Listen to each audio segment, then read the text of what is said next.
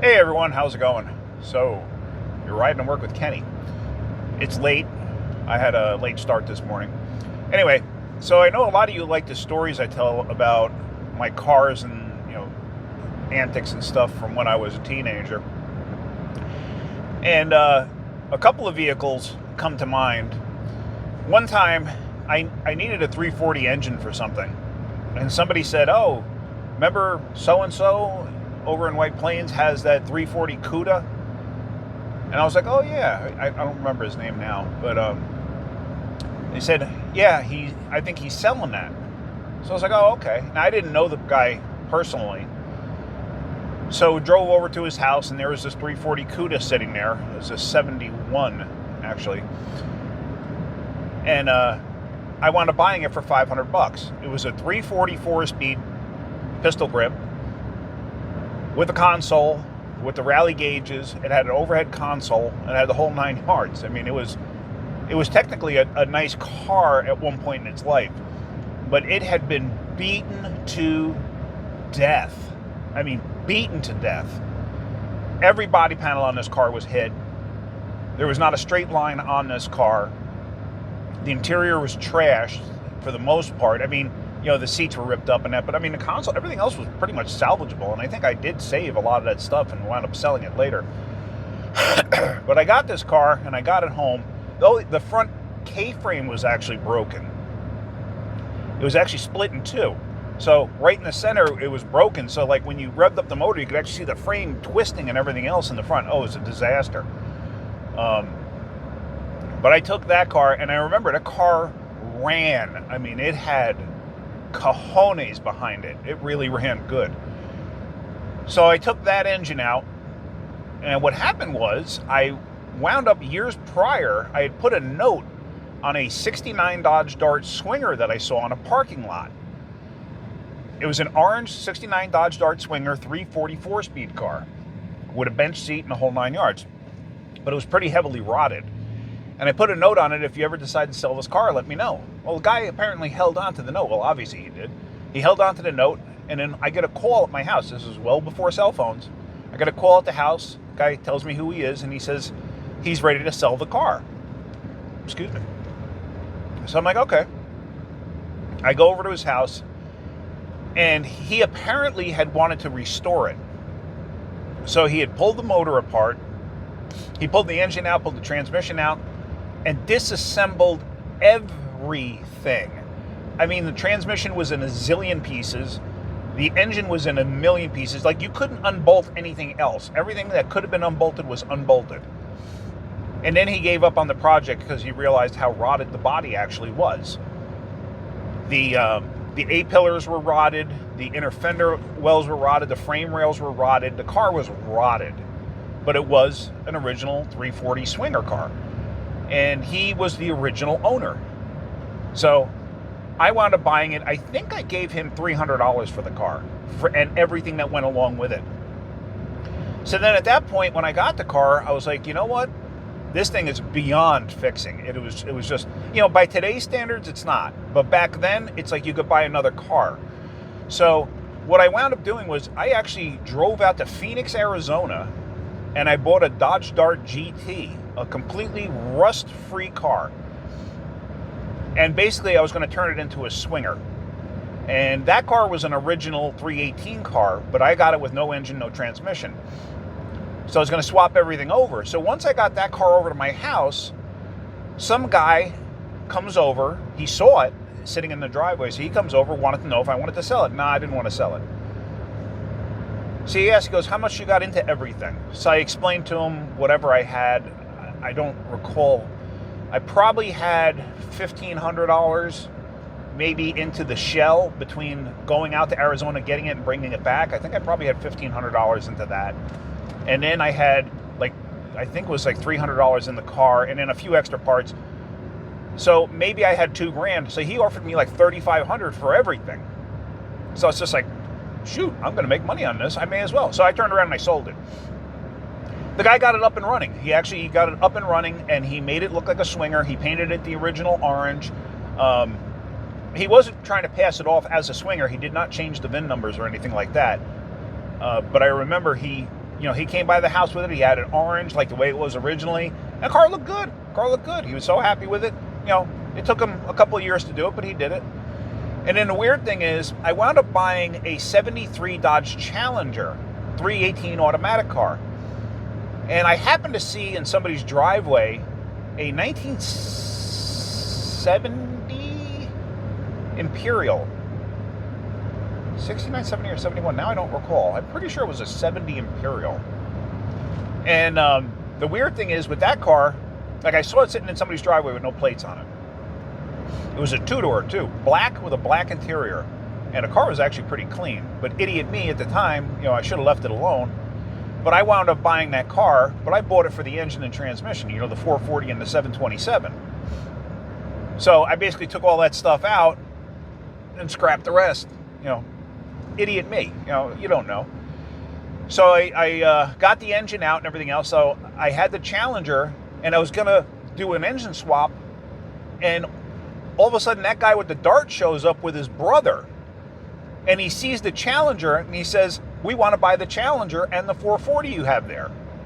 So same thing. He offered me whatever the money was, which I don't recall, which was basically double what I had into it. So sure, I'm going to sell it. So I sold it, and he got the Challenger up and running. He made it look like a Challenger RT. So it was actually this these two brothers. Everybody called them the zombies because they were super quiet dudes, but very talented. I don't know whatever happened to them. But yeah, they used to run around in those two cars all the time. With that Swinger, he didn't know about transmissions. He put the motor together, but he didn't know about transmissions. So I actually put the A833 4-speed manual back together for him. And I was 18 years old, but I wound up getting it all back together for him. And at the time there was no internet.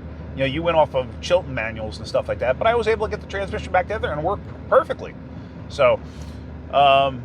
Let's see, what else? One time I saw an ad for a 73 Dodge Charger not running for sale. So I go over to this guy's house. Oh, and it said it was a 4-speed. Kind of unusual for a 73 Charger to be a 4-speed. So I get over to this guy's house in Mahopac, New York, and it was a cream color 73 Dodge Charger, SE, or RT SE. I don't remember what it was, but I know it was an SE, but it might have been an RT SE. Fully loaded, okay?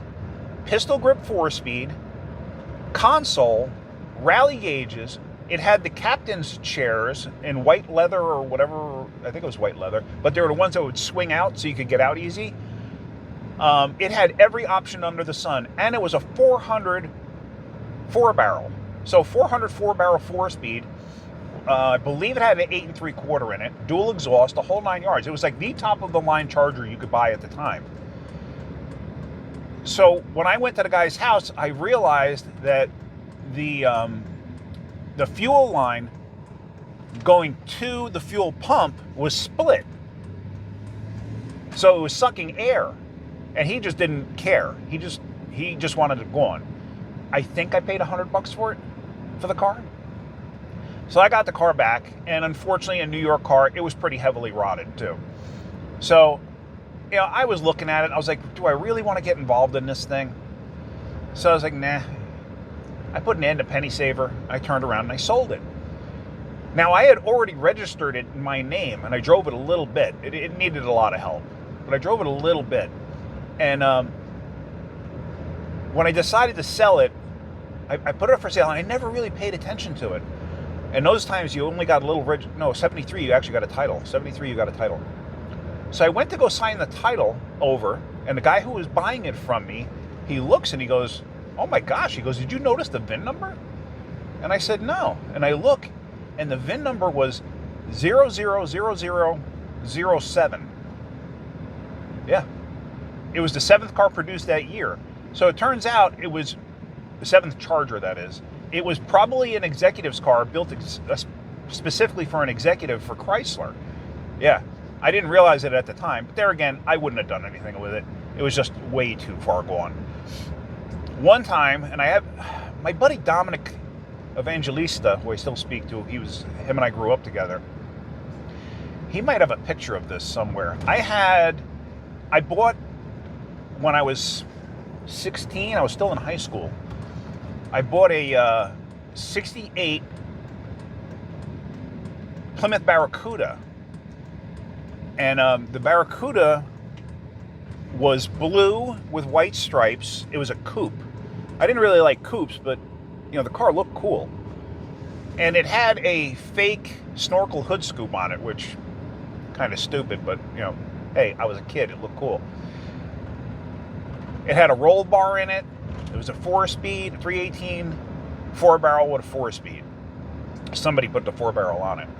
And it had a posi rear, dual exhaust, stuff like that. So I was like, oh man, this thing's pretty cool. So I wound up buying it, and I think that was the most I ever paid for a car at that time. I think I paid $2,000 for it. And this was obviously after that AMX debacle. So I wound up buying that car, and I didn't have it for more than like 2 months. And I was going down the road, and I wound up hitting a pothole with it. And when I hit the pothole, the right front suspension basically tore out of the car. And it wasn't a big pothole. I was on a side road, a 35-mile-an-hour road. And, I mean, it did some incredible damage. Oh, no, it was the driver's side. I'm sorry. So I managed to get the car home, and I have it jacked up, and I started looking at it. And the guy who I had purchased the car from, his family owned a HVAC ducting company. Like, they did HVAC duct work, like for industrial buildings and stuff like that, warehouses. And then I come to realize that what they did was they took the ductwork sheet metal and they covered the frame with it. And they did a splendid job, and then undercoated everything so you couldn't see the rot. Yeah, this thing was rotted to death.